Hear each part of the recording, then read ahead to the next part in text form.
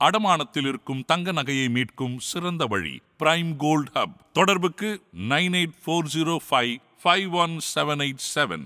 தங்கத்தை மட்டுமல்ல, தன்னம்பிக்கையையும் மீட்டு தருகிறோம். ஹாலிடேஸ்னாலே அது நம்ம GT Holidays தான். GT Holidays, South India's #1 travel brand. You know you are special when you're with GT Holidays.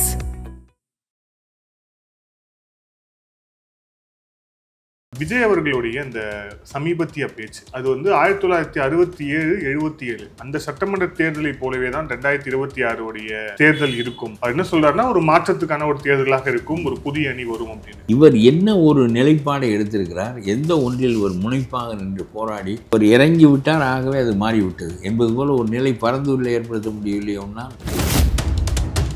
இந்த பரந்தூர் விமான நிலையம் இங்கே வராது என்று சேலம் வெட்டு வழி பாதையை போக்குவது போல பரந்தூர் விமான நிலையத்தை போக்கினால் விஜயால் செய்ய முடியும் என்ற கருத்து ஏற்படும்.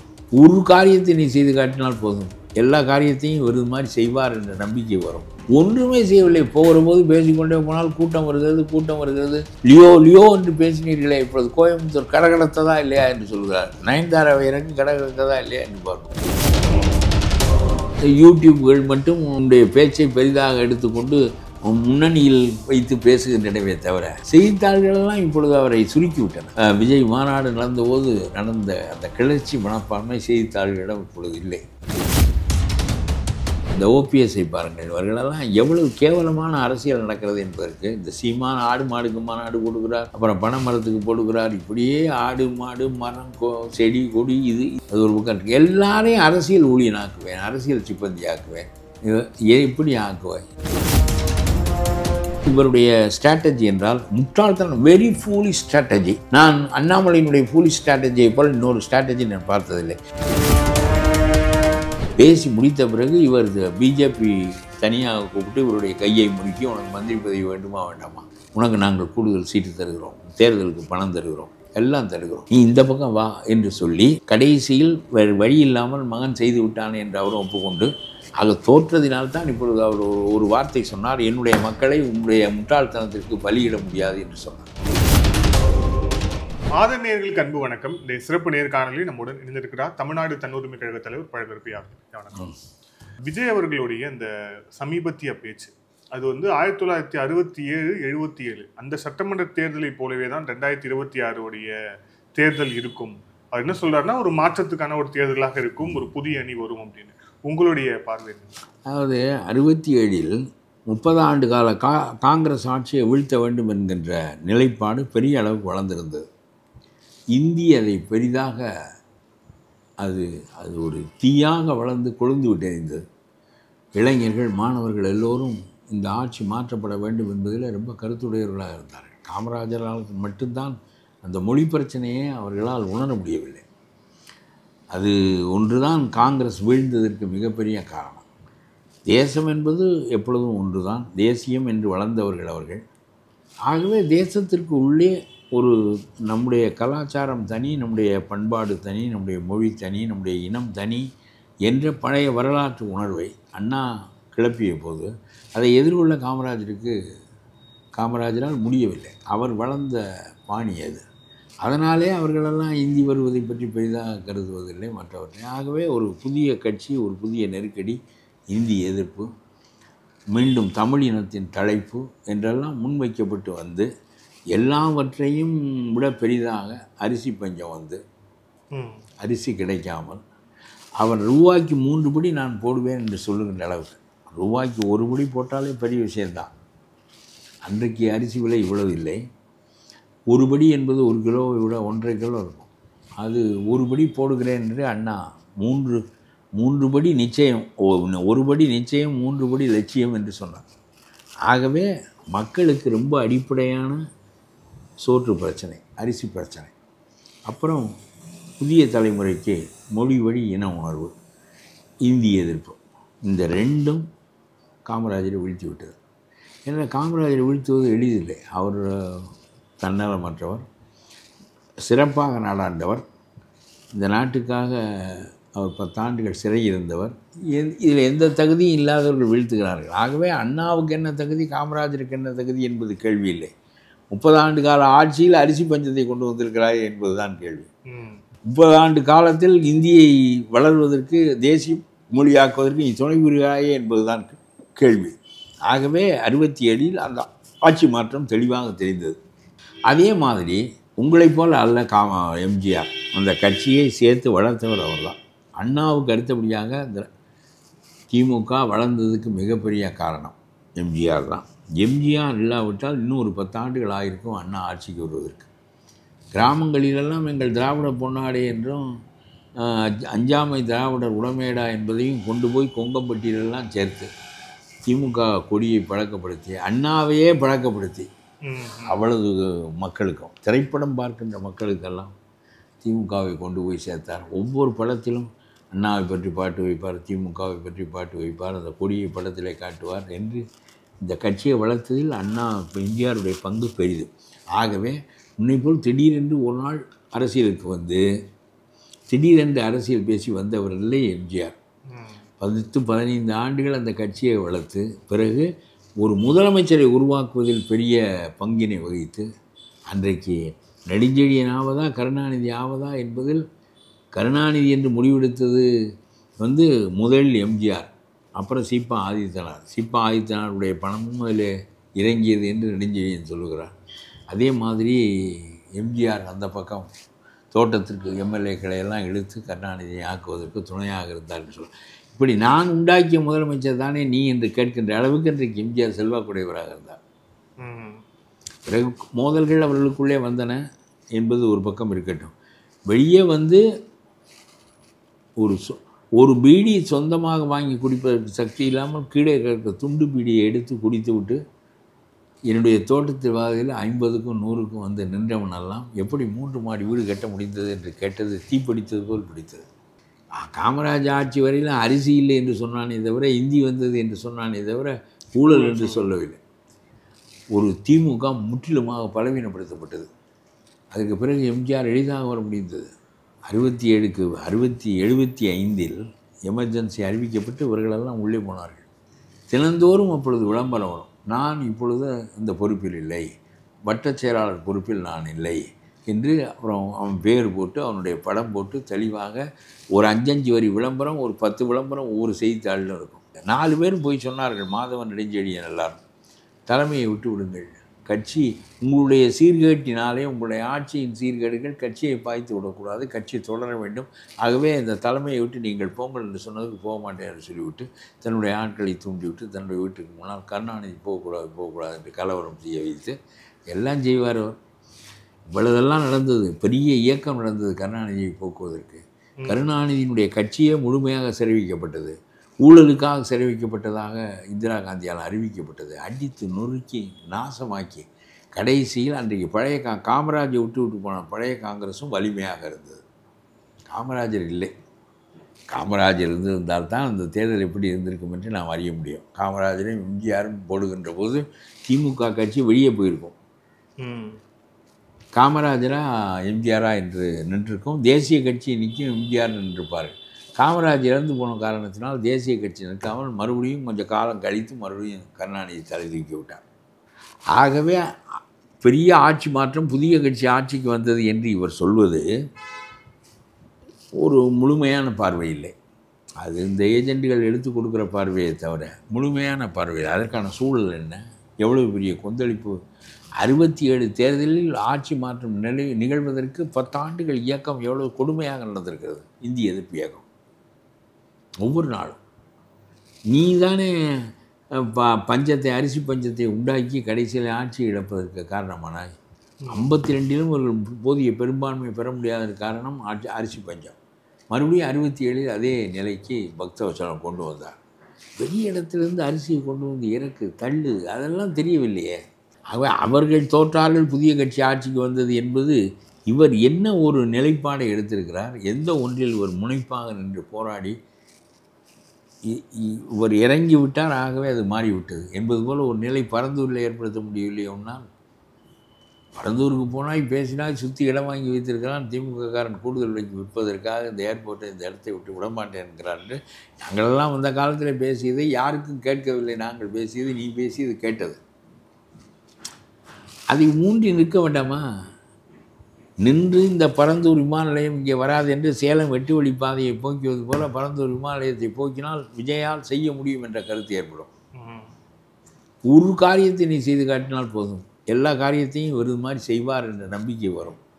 ஒன்றுமே செய்யவில்லை, போகிற போது பேசிக்கொண்டே போனால் கூட்டம் வருகிறது. இந்த அள்ளி சொன்னான்னா அந்த ஆள் இந்த லாட்ரி சீட்டுக்காக கோயம்புத்தூரில் பேசுகிறார்.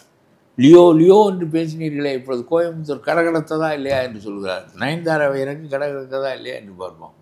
நான் சிம்ரன் இறங்கி கடகடத்தை பார்த்துருக்கிறேனே. நான் இந்த காலத்தில் தேர்தல் பிரச்சாரத்துக்கு போனபோது அதிமுகவில் தேர்தல் பிரச்சாரத்துக்கு போனபோது சிம்ரன் வருகிறார் என்பதனாலே என்னுடைய கூட்டத்தையெல்லாம் ரத்து செய்து விட்டார். என்ன வருஷம் அது ஞாபகம் இல்லை. அது சிம்ரன் பேசினார். அதுக்கு அடுத்த கட்டத்தில் தான் அதிமுக ஆட்சிக்கு வந்தது. இன்னொன்று வயது ஞாபகம் இல்லை. ஆனால் அதிமுகவுக்கு நான் பேச போயிருந்தேன். பல இடங்களில் ஒரு 1.5 மாதம் சுற்றுப்பயணம் போட்டிருந்தார்கள். என்ன சிம்ரன் வருகின்ற இடத்துலலாம் நிறுத்தி விட்டார்கள். ஐயா கூட்டமெல்லாம் வேண்டாம் ஐயா, சிம்ரன் வர்ற ஐயா, நீங்களும் வந்து பாருங்க ஐயா. நான் பார்த்துட்டேன்டா, நீங்களே போய் உட்கார வச்சுட்டான். சிம்ரன் என்ன செய்வார்னா, ரெட்டை இலைக்கு அம்மாவுக்கு ஓட்டு போட்டுக்கிட்டு 2 பேரில் காட்டி கொண்டு போவார். 1 லட்ச ரூபா அவருக்கு ஒரு ஊருக்குள்ளே நுழைந்து வெளியே போகுது. அப்படி ஊருக்குள் நுழைந்து கூட்டம் பெருங்கூட்டம் கூடும். சிம்ரன் வருகிறார், சிம்ரன் வருகிறார் ஒரு வார்த்தை தான் சொல்லுவான். 2 மணிக்கு வர்றேன்னு சொல்லிட்டு 6 மணிக்கு வந்தால் அவ்வளோ பெரிய கூட்டம். அந்த அந்த அந்த அந்த கூட்டம் வந்து ஓட்டாக மாறுமாங்கிறது வேறு. ஆனால் ஒரு கூட்டத்தை திரட்டி காட்டவும், தான் பெரிய கட்சியாக காட்டிக்கொள்ளவும் அது உதவும். அதுபோல் நான் தினமணிக்கு ஒரு செய்தி கொடுத்தேன். அது இனிமேல் தான் வரும். அப்பொழுது சொன்னேன், திரளுகிற கூட்டம் சினிமா கவர்ச்சியினால் திரளுகிற கூட்டம், அது ஓட்டாக மாறுவது என்பது உன்னுடைய செயல்பாட்டில் நீ எடுக்கின்ற நிலையில், உன்னுடைய மன ஊக்கத்தில், முனைப்பில், இதில் தான் அது ஓட்டாக மாறும். அப்படி இல்லாவிட்டால் இது சிம்ரன் வந்து உனக்கு கூட்டம் போல். இப்போ உன் கூட்டம் முடிந்த பிறகு நயன்தாரா கொண்டு வந்து திமுக காரன் விட்டால் போச்சு, உன் கூட்டம் அடிபட்டு போயிடும். அதுவும் வெறும் கூட்டம், இதுவும் வெறும் கூட்டம் என்று சொல்லிவிடுவோம். விஜய்க்கு இப்படி கூட்டம் கொடுக்குறது என்பான், அப்புறம் நயன்தாராவுக்கு அதை விட பெரிதாக கொடுக்குறதே என்பான். ஏன்னா இதெல்லாம் சும்மா பேச்சு. வடிவேல் போய் பேசி ஆட்சியை மாற்றி விடுவார் என்று கருதி வடிவேல் தான் ஒன்றும் இல்லாமல் போனாரே தவிர செய்திகள் சொல்கிறேன். எம்ஜிஆர் ரியல் பாலிட்டிஷியன், ஆகவே அவரால் மாற்ற முடிந்தது. அவ்வளவு தலைவர்களும் கருணாநிதிக்கு கீழே இருந்தவர்கள், திமுகவை வளர்த்தவர்கள், பெரியாருக்கு வலது கையாக இருந்தவர்களெல்லாம் எம்ஜிஆருடைய தலைமையை ஏற்றுக்கொண்டு அவருக்கு கீழே இருந்தார்களே. நெடுஞ்செழியன், இது அன்பழகன், கருணாநிதியை தவிர திமுகவில் யார் இருந்தார்கள்? அவ்வளவு பேரும் எம்ஜிஆருக்கு கீழே இருந்தார்கள். வரிசையாக போய்கொண்டே இருந்தார். அவருக்கு எவ்வளோ சாதனையம் இருந்தது என்று பாருங்கள். மதுரை முத்து, உன்னுடைய உலகம் சுற்றும் வாலிபன் ஓடிவிட்டால், மதுரையில் ஓடிவிட்டால் நான் சேலை கட்டி கொள்கிறேன் என்று சொன்னான். பயங்கரமாக ஓடியது அந்த படம். அதிமுக காரணம்லாம் சேலை அனுப்பி குவித்து விட்டான் நான் மதுரை முத்துவுக்கு. இவ்வளவு கேவலமாக நான் சேலை கட்டி கொள்கிறேன், உன்னுடைய படத்தை ஓட விடுவேன் நான் பார் என்று சொன்ன மதுரை முத்து அதிமுகவுக்கு வந்தார். அப்பொழுது சொன்னார்கள், இவ்வளவு கேவலமாக உங்களை பேசினவரை சேர்த்து கொள்ளலாமா என்றார்கள். பகை ஒன்று தான், அது கருணாநிதி தான் என்று சொல்ல எம்ஜிஆருக்கு தெரிந்திருந்தது. பகை ஒன்று தான், அது கருணாநிதி தான்.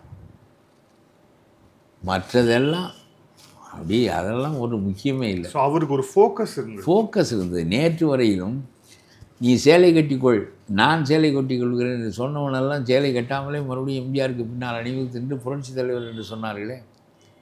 அவ்வளவு பேர் நெடுஞ்செழியனிலிருந்து அவ்வளவு மனோகரனிலிருந்து அவ்வளவு திமுக காரணம் எம்ஜிஆருக்கு பின்னால் வந்து அவரை புரட்சி தலைவர் என்று கொண்டாடி அவருடைய தலைமையை ஏற்றுக்கொண்டானே. உனக்கு கீழே உன்னுடைய தலைமையை ஏற்றுக்கொள்வதற்கு யோசனையானவன், ஒரு தலைமையானவன் எவனாவது வருகிறானா? அள்ளி அர்ச்சுனா தானே வர வேண்டியது இருக்கிறது பரிசீட்டுக்கு. அவருக்கு நோக்கம் உன்னை பணம் கொடுத்து உன்னை ஆட்சிக்கு கொண்டு வர முடியுமானால் தமிழ்நாட்டை மீண்டும் பரிசீட்டுக்கு கொண்டு வந்து விடலாம் என்பதுதான் மார்ட்டினுடைய திட்டமே தவிர அவரால் என்ன பண்ண முடியும்? அவருக்கு என்ன அரசியல் தெரியும்? ஒவ்வொரு இடத்துலையும் இருந்து வந்து சொல்லிக்கொண்டே போக வேண்டியதான். வேங்க வேலை பற்றி பேசினாரே, போய் வேங்க வேலை மாற்றியிருக்கலாமே. நீ தமிழ்நாட்டில் உள்ள தாழ்த்தப்பட்ட மக்களுக்கு நான் தான் ஆள் என்று சொல்ல உன்னால் முடியவில்லையே. திருமாவளவனால் ஏன் செய்ய முடியவில்லை? உன்னுடைய சமூகத்தைச் சேர்ந்தவரால் ஏன் செய்ய முடியவில்லை? 2 MP 4 MLA எனக்கு கட்சிக்கு அங்கீகாரம் வேண்டும், ஸ்டாலினை அதிருப்திப்படுத்தாமல் இருப்பதுதான் என்னுடைய நோக்கம் என்று தான் அவர் அரசியல் நடத்துகிறாரே தவிர உங்களை நினைத்தாரா என்று அங்கு போய் நீ கேட்டால் அதனுடைய வேகம் வேறு. போகவில்லையே. வேங்க வேலை மறித்து அந்த மக்களை திருப்ப முடியவில்லையே. அதுபோல் உன்னால் பரந்தூர் விமான நிலையத்தை பணம் வாங்காதே, செக் வாங்காதே என்று சொல்ல முடியவில்லையே. இவ்வளவுக்கு அங்கே ரொம்ப வலுவாக இருக்கிறார்கள் மக்கள். ஒன்றுமே இல்லாமல் சும்மா எனக்கு பின்னால் கூட்டம் வரும் என்று சொன்னால் கூட்டம் கரைந்து போய்விடும்.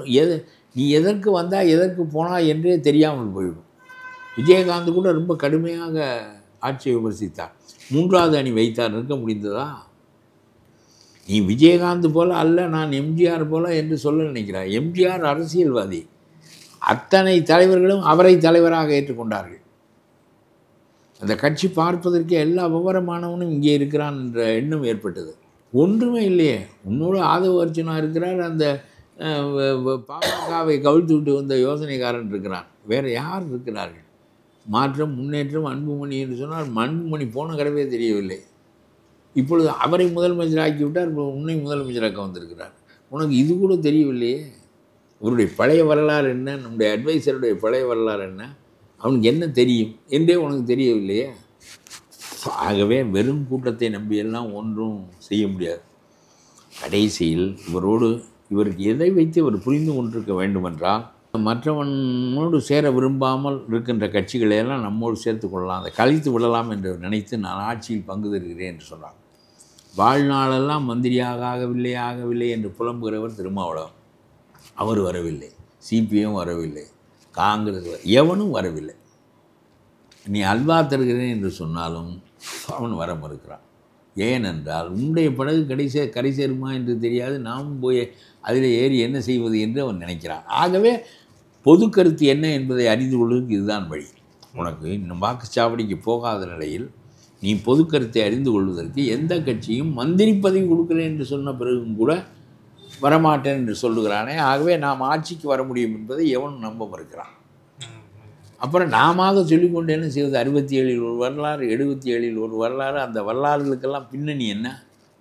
ஒரு திமுகவை ஆளுங்கட்சி ஒன்றுமில்லாமல் ஆக்கிவிட்டாரே. அதுக்கப்புறம் 14 ஆண்டுகள் வனவாசம் போனார் கருணாநிதி.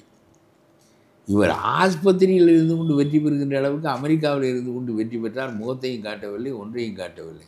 அந்த செல்வாக்கு. 2வது அவருடைய ஆட்சி தான் நான் சொல்கிறேன் திராவிட இயக்க ஆட்சிகளில் நல்ல ஆட்சி. 2.5 ஆண்டுகள் ஊழலே இல்லாமல் வைத்திருந்தார். தோற்ற பிறகு என்னமோ ரொம்ப இறுக்கி வைத்திருக்கிற காரணத்தினால் இவனெல்லாம் நாம் தோற்று விட்டோம் என்று தவறாக கருதினார். இல்லை என்றால் தமிழ்நாட்டில் திராவிட இயக்கத்திற்கு மாறாக ஊழலே இல்லாமல் ஒரு ஆட்சியை நான் காட்டுவேன் என்று 2.5 ஆண்டுகள் காட்டினார்.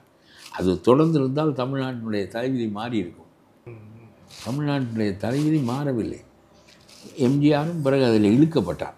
எம்ஜிஆருக்கு லஞ்சம் வாங்க வேண்டிய தேவை எதுவும் கிடையாது, அவர் கொடுத்து பழக்கப்பட்டவர். இருந்தாலும் இந்த கட்சிகள் இப்படித்தான் என்கின்ற அந்த தொலைதொலப்பு வருவதற்கு அது காரணமாகிவிட்டது. அது ஒரு பக்கம் இருக்கட்டும். நீ பேசுகின்ற அந்த தன்மைக்கு உள்ள தன்மை ஒன்று, அரசியல் கூர்மை இருக்க வேண்டும், ஒரு பெரிய கருத்தை முன்வைக்க வேண்டும்.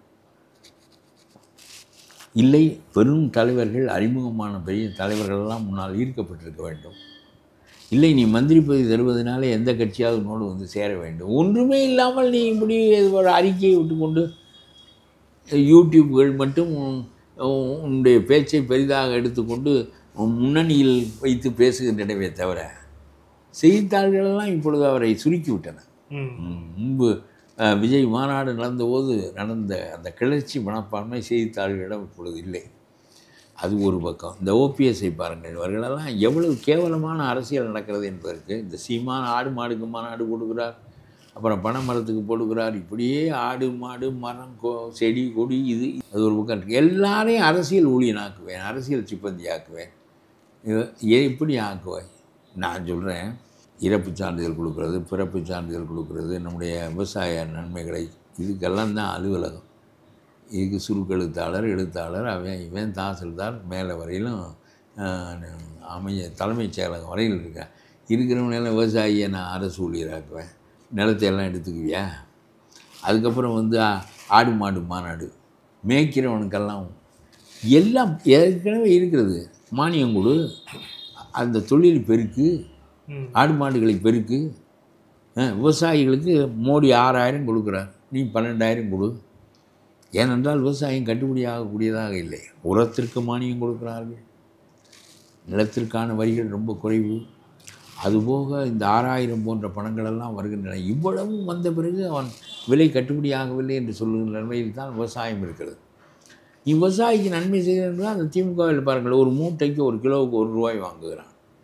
அவன் இவ்வளவு பாடுபட்டு அந்த நெல்லை கொண்டு வந்து அரசு விற்பனையகத்திற்கு கொண்டு வந்தால் 40 கிலோ மூட்டைக்கு ₹40 லஞ்சம் கொடுக்க வேண்டும். அதே மாதிரி ஐஏஎஸ் அதிகாரிகள், இந்தியாவில் எந்த மாநிலத்திலும் ஐஏஎஸ் அதிகாரி மணல் திருடினான் என்று நீதிமன்றத்திற்கு போனதில்லை. அவனை நீ கையாண்டதனுடைய விளைவாக ஐஏஎஸ் அதிகாரிகள் வந்து போயிருக்கிறார்கள். என்ன நம்பிக்கையில் அவர்களெல்லாம் நீதிமன்றத்தை சந்திக்கிறார்கள் என்றால் 25 ஆண்டு 30 ஆண்டு நம்முடைய நாட்டில் வழக்குகள் நடக்கும். எந்த மந்திரியும் தண்டிக்கப்பட்டு உள்ளே போவதில்லை. செந்தில் பாலாஜிகளெல்லாம் போய் பிறகுதானே நாம் போக வேண்டும் என்று கருதி கலெக்டர்கள் பேசாமல் இருக்கிறார்கள். இதனால் இல்லாவிட்டால் எல்லாமே மாறி இருக்கும். ஒன்றுமில்லை, நீதிமன்றங்கள் 2 ஆண்டுகளுக்குள்ளாக சிறப்பு நீதிமன்றம் வைத்திருக்கிறாய் அரசியல்வாதிகளுக்காக. டக்குன்னு அதே மாதிரி சிறப்பு உயர் நீதிமன்றம், சுப்ரீம் கோர்ட் எல்லாம் 2 ஆண்டுகளுக்குள்ளாக ஒரு அரசியல்வாதியினுடைய வழக்கு முடிய வேண்டும். ஒன்று அவன் விடுதலையாக வேண்டும், இல்லாவிட்டால் தூக்கப்பட வேண்டும், இல்லாவிட்டால் சிறையில் வைக்க வேண்டும், ஆயுள் தண்டனை கொடுக்க வேண்டும் என்று ஒரு நிலை ஏற்படுமானால் பிற மந்திரிகள் பயப்படுவார்கள். இன்றைக்காக எல்லா மந்திரியும் மாட்டுகிறான், எல்லார் மேலும் கேஸ் இருக்கிறது. அவனுடைய ஆட்சி காலத்தில் அதை புரட்டி கொள்ளுகிறான். பாருங்கள், துரைமுருகனுக்கு 2002 வரவு வழக்கு போடப்பட்டு திமுக ஆட்சி வந்த பிறகு இல்லாமல் ஆகி கொண்டு விட்டார். மீண்டும் அதிமுக ஆட்சியில் அந்த வழக்கு உயிர்ப்பிக்கப்படுகிறது. இப்பொழுது உயிர்ப்பிக்கப்பட்டு ஒரு உயர்நீதிமன்ற நீதிபதியால் உயிர்ப்பிக்கப்பட்டு இருக்கிறது. ஆகவே உங்களுடைய ஆட்சி காலத்தில் அது இல்லாமல் ஆக்கிக் கொள்வா என்கிற நிலை இருக்கிறதே. செந்தில் பாலாஜிக்கு நீ 2000 சாட்சிகளை தேவையில்லாமல் போட்டு எவன் விக்டிமோ அவனை அக்யூஸ்டாக ஆக்குகிறாய் என்று சுப்ரீம் கோர்ட் சொல்கிறது. லஞ்சம் கொடுத்தவன் விரும்பியாக கொடுக்குறான். கொடுக்காவிட்டால் உனக்கு வேலை கிடைக்காது என்றால் வாழ்ந்து ஆளக வேண்டுமே, சோறு வேண்டுமே, குடும்பத்தை நடத்த வேண்டும் என்று அவன் உனக்கு லஞ்சம் கொடுக்குறான். ஆக அவனுடைய கையை முறுக்கி நீ லஞ்சம் வாங்குகிறாய். He is a victim, he is not an accused. அவனை கொண்டு போய் 2000 பேரையும் நீ விக்டிமை அக்யூஸ்டாக ஆக்கி எதற்காக வழக்கு நடத்துகிறாய்? இந்த வழக்கு இன்னும் 10 ஆண்டுகளுக்கு நடக்க வேண்டும் என்பதற்காக. ஆகவே இதனுடைய நிலை தெரிந்து போன தேர்தல் யார் திமுகவுக்கு கையாளுகிறார்? அண்ணாமலை. 40க்கு 40 இடம் வந்ததற்கு அண்ணாமலை தான் காரணம். இவர் என்ன இவருடைய ஸ்ட்ராட்டஜி என்றால் முட்டாள்தனம், வெரி ஃபூலிஷ் ஸ்ட்ராட்டஜி.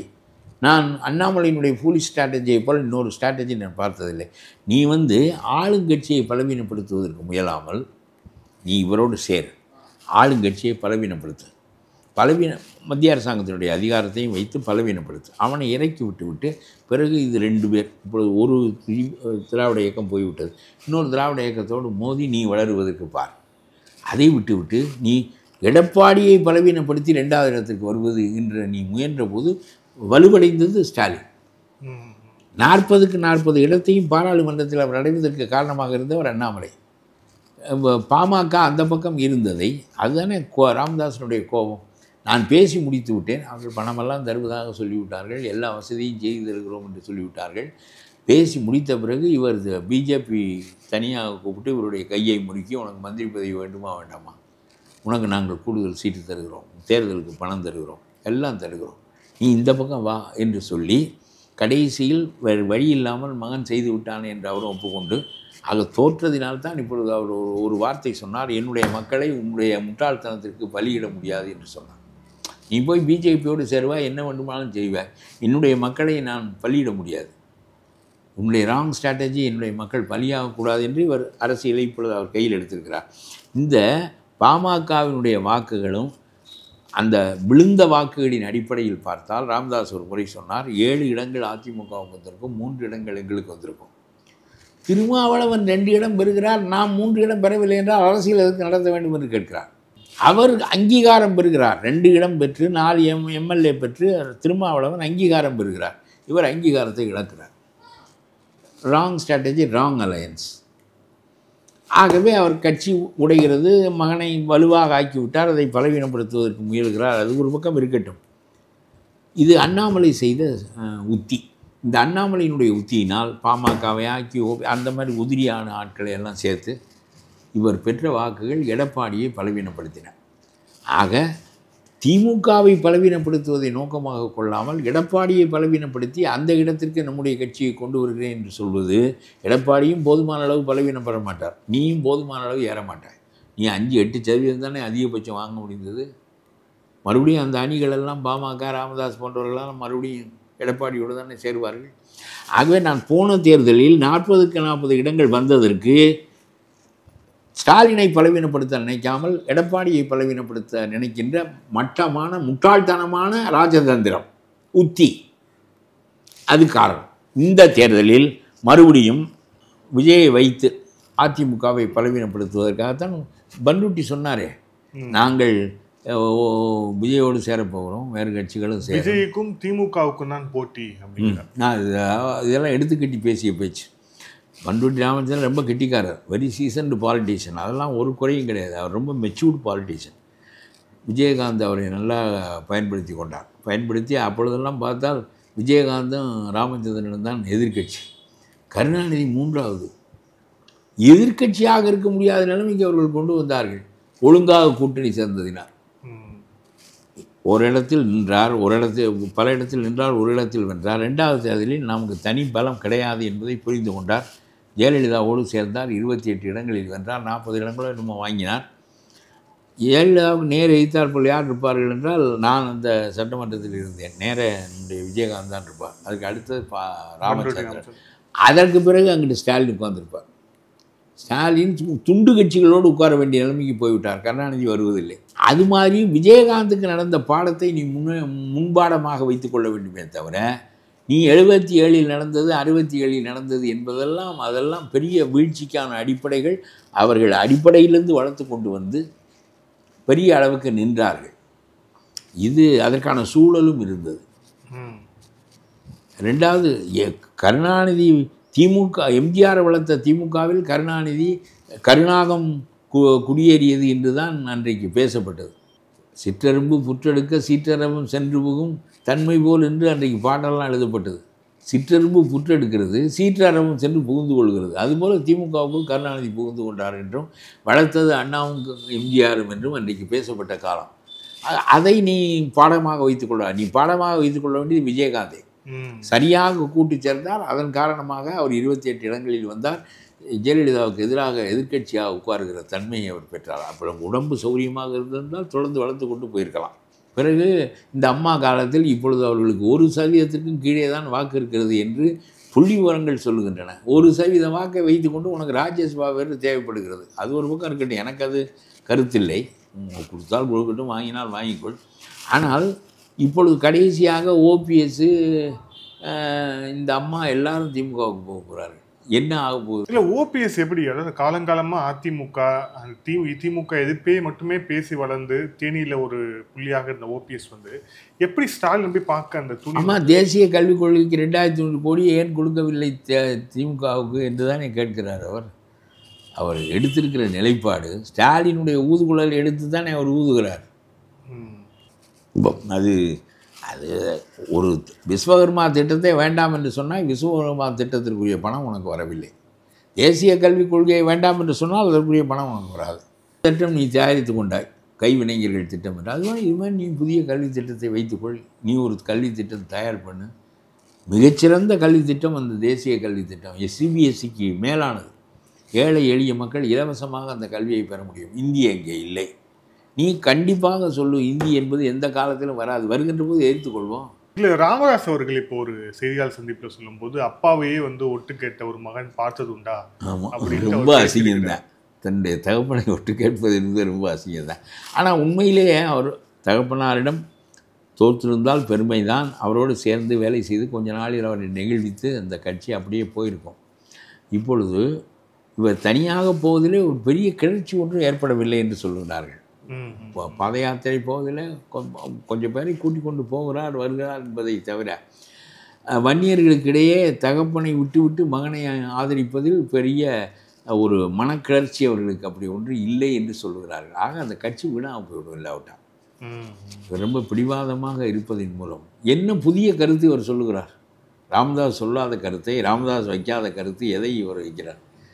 நீர்களுடைய நன்மைக்காக ஏற்படுத்தப்பட்ட கட்சி, அதுக்கு ஒதுக்கீடு அது இது ஜாதி ரீதியானது தான் பேச முடியும். ஆனால் கொஞ்சம் ராமதாஸ் கொஞ்சம் விரிந்த அரசியல் பேசுவார். இவரும் அது நான் சொல்லுகிறேன், அது நன்மையாக அமையப் போவதில்லை. அப்படித்தான் என்று எனக்கு தோன்றுகிறது. திமுகவோடு 2 பேரும் சேர முடியாது. 2 பேரும் சேர முடியாது. சேர்ந்தால் ஓபிஎஸ்னுடைய தற்கொலை முயற்சி தான் அது. ஓபிஎஸ் போய் திமுகவுக்குள்ளே இறங்கினால் என்ன அவர் தலையிலே அவர் மண்ணை போட்டுக்கொள்வதாக பொருளை தவிர இப்பொழுதே அவருடைய பேச்சு எடுத்தவுடன் அவருக்கு கல்விக்கு 2,100 கோடி ரூபாய் கடன் கொடு என்று இல்லாத கல்வி திட்டத்தை இவன் நிறைவேற்றாத கல்வி திட்டத்திற்கு அவன் பணம் கொடுக்க வேண்டும். சும்மா எதுக்கும் கொடுப்பதில்லை என்று சொல்ல என்ன பொருள் இருக்கிறது என்று நான் கேட்கிறேன். எல்லாவற்றுக்கும் மோடி தான் காரணம் என்று மொத்தமாக சொல்லி ஒரு அரசியல், அந்த அரசியலில் தான் அவர் நிற்கிறார். ஆகவே இந்த அரசியலே ஒரு நிலை கொள்ளாமல் தவிக்கிறது என்று தான் எனக்கு படுகிறது. இந்த நேர்கால இறுதியான கேள்வி, மதிமுக தொடர்பாக மல்லை சத்யா இப்போ உண்ணாவிரதம் அறிவித்து அவர் உண்ணாவிரதம் பண்ணிட்டு இருக்கிறாரு. என்டிஏக்கு போவார் வைகோ அப்படின்னு சொல்லப்பட்டது. ஆனால் திடீரென ஸ்டாலின் நேற்று பார்த்து தனிப்பெரும்பான்மை எடப்பாடியோடு சேர்வார் என்றா, எடப்பாடியுடன் வைகோ சேரப்போகிறார் அப்படின்னு ஒரு பரவலாக பேசப்பட்டது. ஆனால் இப்போ நேற்று முதலமைச்சர் ஸ்டாலின் அவர்களே நேரடியாக இல்லத்தில் சந்தித்த வைகோ என்ன சொல்றாரு அப்படின்னா 2026 தனிப்பெரும்பான்மையுடன் திமுக ஆட்சி அமைக்கும் அப்படின்னு சொல்றாங்க. அதாவது ஒவ்வொரு நாளும் ஹியர்ஸ் டு ப்ளீஸ் ஸ்டாலின் அந்த நிலைக்கு வந்துட்டார் வைகோ. அதாவது எதை சொன்னால் இப்பொழுது எது சிக்கலாகிறது, திருமாவளவன் சிபிஎம் போன்றவர்களெல்லாம் ஆட்சியில் பங்கு தந்தால் என்ன, நாங்கள் எவ்வளவு காலத்துக்கு கேரளா மினிஸ்ட்ரியில் அவர்களெல்லாம் பங்கு பெறவில்லையா, நாங்கள் இப்படியே எவ்வளவு இந்த இடங்களை கூட்டுவதில்லை, கூட்டினால் அவர்களுடைய இடம் குறையும், அவர்கள் தனிப்பெரும்பான்மை பெற முடியாது. எடப்பாடியும் கூட்ட விட மாட்டார். ஏனென்றால் இடங்களை ஒதுக்கி தருவது என்பது தங்களுடைய கட்சிக்கு தேவையான 150-160 இடங்களை குறைந்ததாக வைத்துக்கொண்டு 20-30 இடங்களை தோற்பதற்கு இடம் வைத்து கொண்டு தான் அவர்கள் கொடுப்பார். 2 கட்சியுமே ரொம்ப நொந்து போயிட்டார்கள். 20 ஆண்டுகளாக இப்படியே 2 இடமும் 1 இடமுமாக இருந்து சரி நாளா சரியான அரசியலும் சிபிஎம் சிபிஐ வைகோ திருமாவளவன் யாருக்கும் கிடையாது. தினம் ஒத்து உத வேண்டி இருக்கிறது. சங்கை தொடர்ந்து அவருக்கு ஊதிக்கொண்டே இருக்காவிட்டால் இந்த ஒத்துதுகிற கருவியை கீழே வைத்தால் கோவித்து கொள்கிறார். இவர் விட்டு விட்டு ஊதுவார், முத்தரசன் விடாமல் ஊதுவார். இந்த மாதிரி நிலைதான் இருக்கிறது. ஆகவே வைகோ எங்கே இழந்தார் என்றால் அவருடைய கட்சி இப்பொழுது கருத்தில் இல்லாமல் போய்விட்டதுக்கு என்ன காரணம் என்றால் திமுகவை எதிர்த்து வெளிவந்து ஒரு பெரிய அளவுக்கு கேடரை ஊழியர்களை திரட்டி கொண்டு போன ஆளுடைய வைகோ தான். எம்ஜிஆர் மக்கள் செல்வாக்கை சேகரித்து கொண்டு போனார். கட்சி கருணாநிதியிடம் இருந்தது. அவ்வளவு எம்எல்ஏக்களும் கருணாநிதியோடு இருந்தார்கள். அவருடைய ஆட்சியை கவிழ்க்க எம்ஜிஆரால் முடியவில்லை. அவர் கடைசியில் ஊழலுக்காக அந்த ஆட்சி கவிழ்க்கப்பட்டு அவர்கள் சிறைக்கு போய் நைந்து போனார்களே தவிர மத்திய அரசாங்கம் அதை செய்ததே தவிர எம்ஜிஆரால் பெருவாரியான பேரை தன் பக்கம் ஈர்த்து ஆட்சி மாற்றத்தை ஏற்படுத்த முடியவில்லை. கருணாநிதியிடம் வலிமையாக நின்றது. ஏனென்றால் பவர் இஸ் த செமெண்டிங் ஃபோர்ஸ். கருணாநிதியோடு இருந்தால் ஆட்சியில் பங்கு, எம்ஜிஆரோடு போனால் இனிமேல் மறுபடியும் இந்த செடி முளைத்து மரமாகி அல்லவா வர வேண்டும் என்று கருதி எல்லாரும் இங்கே தான் இருந்தார்கள். 6 எம்எல்ஏ தான் போனார்கள். ஆனால் வைகோவோடு 50% ஆஃப் த கேடர் கருணாநிதி அரண்டு போனார். எல்லாரும் வைகோவோடு போய்விட்டார். 8 மாவட்ட செயலாளர்கள் வந்தார்கள். பெரும் கூட்டம் திரண்டது. இளைஞர்களுக்கெல்லாம் இவர் ஈழத்திற்கு ஆதரவாக இருக்கிறார், கருணாநிதி ஈழத்திற்கு வஞ்சகம் செய்ய நினைக்கிறார். ஆகவே வைகோ அங்கு போய் வந்ததை அவர் விரும்பவில்லை. கள்ளத்தோணியில் போய் இவரை கள்ளத்தோணி என்று திமுகவே சொன்னது. இவையெல்லாம் அவருக்கு 4 பேர் செத்து போனார்கள். இவ்வளவு எதுவரை காலம் தமிழ்நாடு முழுவதும் நடந்து அளந்தார் வைகோ. இப்படியெல்லாம் கட்சி வளர்த்து கடைசியில் திமுகவோடு சேர்ந்தார். அந்த கட்சி செத்து விட்டது. எம்ஜிஆர் செய்யாத தப்பது. வந்தார் பட்நாயக், என்ன நீங்கள் 2 பேரும் ஒன்று சேர்ந்து அவர் ஆட்சியை வைத்து எம்ஜிஆர் ஆட்சியை வைத்துக் கொள்ளட்டும், கட்சியை கருணாநிதி வைத்துக் கொள்ளட்டும் என்று சொன்னதற்கு ஒரு கட்டத்தில் கருணாநிதிக்கு 100 பங்கு ஓகே, எம்ஜிஆர் சரி என்று சொல்லிவிட்டார். அப்புறம் அடுத்த நாள் காலையில் பட்நாயக் இறங்கி விட்டார். வேலூரில் சந்திக்க வேண்டும். எம்ஜிஆர் காலையில் எழுந்தவுடன் முகத்தை கழுவி விட்டு பட்நாயக் சொல்லி இல்லை இந்த சந்திப்பு நடக்காது, நான் வரவில்லை. ஏன்னு கேட்டார். என்ன உங்களுக்கு கோரிக்கை பெரிதாக இருக்க? இல்லை எங்கள் அம்மா என் கனவுல இந்த ஆளோட மட்டும் சேராத அப்படின்னு சொல்லிட்டாங்க. எங்கள் அம்மா எனக்கு எந்த நேரத்தையும் எச்சரிச்சிருவாங்க, அவங்க சொல்லிட்டாங்கன்னு சொன்னார். இவருடைய கருத்தை யோசித்து பார்த்ததில் அவரோடு சேரக்கூடாது இருந்திருக்கும். ஏதோ அம்மா வைத்து சொன்னார். அம்மா உண்மையாகவும் இருக்கலாம், அவர் நம்பிக்கை அது, அதை பற்றி பேச்சில்லை. ஆனால் எந்த கட்சியை முறியடிப்பதற்காக நாம் வந்தோமோ, எந்த கட்சியால் தீமை என்று சொன்னோமோ அந்த கட்சிக்குள்ளே போய் நுழைந்தால் நீ நேற்று சொன்னதெல்லாம் பொய்யாகி விடுமே. எம்ஜிஆர் செய்யாத தப்பை வைகோ செய்தால் அந்த கட்சி அழிந்து விட்டது. கடைசியில் தன்னுடைய மகனை கொண்டு வைத்துக்கொண்டு, அந்த மகன் அரசியல்வாதியே இல்லை. வைகோ அரசியலிலே வளர்ந்தவர், அரசியல்வாதி. எந்த கட்சிக்கு எதிராக இந்த அரசியலை தொடங்கினாயோ அந்த அரசியலுக்குள்ளேயே போய் காலை விட்டு அந்த சேற்றுக்குள் விடுகிறாய். பிறகு அவர் தனியாட்சி அமைப்பார் என்று பிரமாதமாக கொம்பூதி சொல்லுகிறாய், எக்காலமிட்டு சொல்லுகிறாய். இதில் என்ன இருக்கிறது என்று கேட்கிறேன். ஆக திருமாவளவனுக்கும் சிபிஎம்முக்கும் செய்தி சொல்ல வேண்டும் என்பதற்கு இவராகவே தனியாட்சி தான் திமுக செய்யும் என்று சொல்லுகிறார். இந்த வேலை செய்வதா நம்முடைய பிறப்பின் நோக்கம்? நான் சொல்லுவேன், தீமையை அகற்றுவதற்கு போராளியாக வெளிப்பட்ட ஒரு நல்ல போராளி வைகோ. 1.5 ஆண்டுகளெல்லாம் சிறையில் இருந்தார், நாடு முழுவதும் நடந்தார், நல்ல பேச்சாளி, தமிழ் மீது பற்றுடையவர், சிலப்பதிகாரத்தை தலைகீழாக ஒப்பிப்பார். எந்த இதுவும் இருந்தும் ராங் ஸ்ட்ராட்டஜி, அது அழிந்தது, முடிந்தது. இப்பொழுது விஜயும் அந்த தப்பைத்தான் செய்ய போகிறார். நான் தனியாக முதலமைச்சர் ஆகிறேன்னு சொல்லி கடைசியில் காணாமல் போய் கடைசியில் அரசியல் வீணாகிவிடும். ஒவ்வொரு கமல் போய்விட்டார், முடிந்தது. எல்லாரும் ஒரு பரபரப்பை உண்டாக்கிவிட்டு போய்விடுகிறார்கள். விஜயகாந்த் ஓரளவுக்கு நின்று எதிர்க்கட்சியாகி கடைசியில் ஒன்றும் இல்லாமல் போனார். இனிமேல் விஜயகாந்த் பேரை வைத்து கொண்டு நடத்துவதும் ஐகோ நடத்துவதும் இந்த அரசியல்லாம் ஒரு மாதிரி தான் இருக்கும், ஒன்றும் பயன்படாது. நன்றி சார், பல்வேறு தேங்க்யூ சார். நல்லது.